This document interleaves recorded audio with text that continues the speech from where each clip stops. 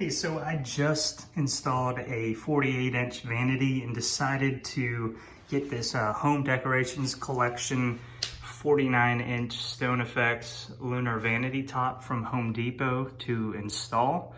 You can see it has a really cool look here on the box. And I just wanted to show y'all what it looks like outside of the box. So I got it at home, unboxed it, put it in place.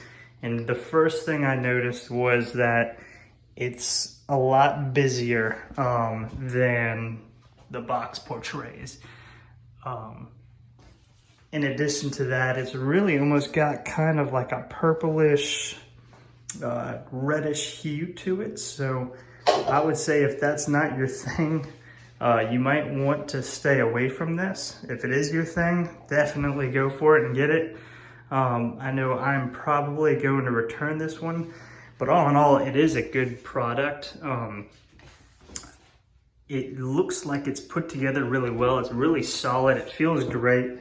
I'm disappointed that it's not the look I was going for, but if this is what you're into, by all means get it, and I would recommend it if that's your style. So I hope this video is helpful for anyone who's looking to purchase this vanity top. If it is, do me a favor, hit the like and subscribe button. See y'all later.